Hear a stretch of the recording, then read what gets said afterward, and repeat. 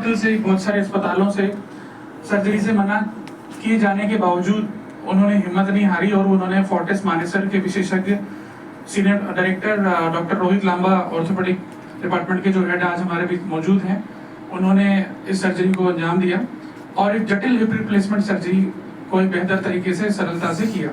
आज मरीज हमारे बीच मौजूद हैं जो बिना किसी सहारे के चलने फिरने में सक्षम है।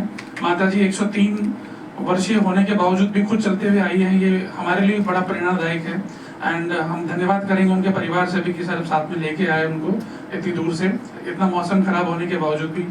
It always gives us a motivation, ये हमारे लिए प्रेरणा का स्रोत है। वक्त ना लेते हुए हमारे बीच मौजूद director orthopaedic surgery doctor Rohit Lamba sir से रिक्वेस्ट करूंगा, जिन्होंने आज इस चुनौतीपूर्ण सर्जरी को अंजाम दिया। सर क्या कहेंगे, आज आपने जो 103 वर्षीय माता जी का ऑपरेशन किया है, जटिल भी बताया है, तो किस तरह से हुआ ये सब चमत्कार बताएं। देखिए, सबसे पहले तो भगवान का आशीर्वाद रहा है, इनकी दुआएं रही हैं और इनका एक भरोसा रहा है हमें कि हम एक इस उम्र में भी ट्रीटमेंट की तलाश में जाएं। 1 महीना इनको हो गया था घर पे लेटे हुए और फ्रैक्चर के साथ में दर्द में रह रही थी और हर सब जगह से नाउम्मीद ही हो रही थी। फाइनली उम्मीद तलाशते हुए हमारे पास आई, हमें लगा कि हम इनको एक अच्छा आउटकम दे सकते हैं। हमने इनको बुलाया, सारे इन्वेस्टिगेशन हुए, एक सक्सेसफुल सर्जरी हुई और सबसे बड़ी बात कि इनकी रिकवरी बहुत अच्छी हुई। तो इसी से हमें एक आज भी खुशी मिलती है इनको देख के, जब भी चलते हुए देखते हैं कि आज हमारी सारी जो मेडिकल की पढ़ाई है, सारे इतनी मेहनत है, ऐसे आउटकम देख के लगता है कि वो सब कुछ वर्थ इट है, वो सब मेहनत और सब कुछ। क्या डिफ़िकल्टी थी उस समय और ऑपरेशन के बाद में कैसा क्या? देखिए, सबसे पहले सर्जरी को एक सक्सेसफुली और सेफली करना सबसे ज़्यादा ज़रूरी था। तो उसके लिए हमारी पूरी टीम ऑफ डॉक्टर्स, जिसमें हमारे कार्डियोलॉजिस्ट जिन्होंने पहले चेकअप किया इनका सारा हार्ट का, हमारे एनेस्थेटिस्ट जिन्होंने पूरा ध्यान रखा कि क्या ऐसे कोई फैक्टर हो जिससे एनेस्थीसिया या सर्जरी के टाइम पे दिक्कत ना हो।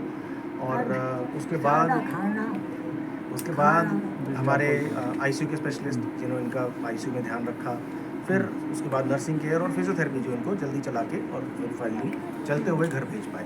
इस सर्जरी में आपका कितना टाइम लगा?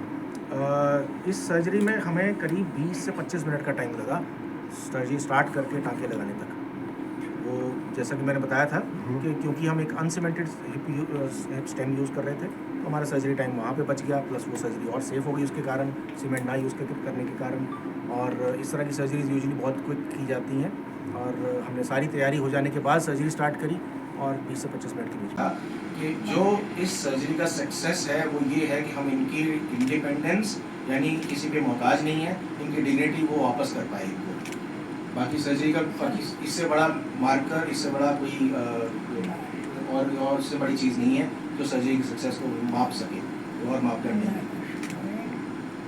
है। जाके सलाह करें और उसके बाद तो डॉक्टर जो डिसीजन लेंगे वो बिल्कुल सही होगा, वो ही हमने किया।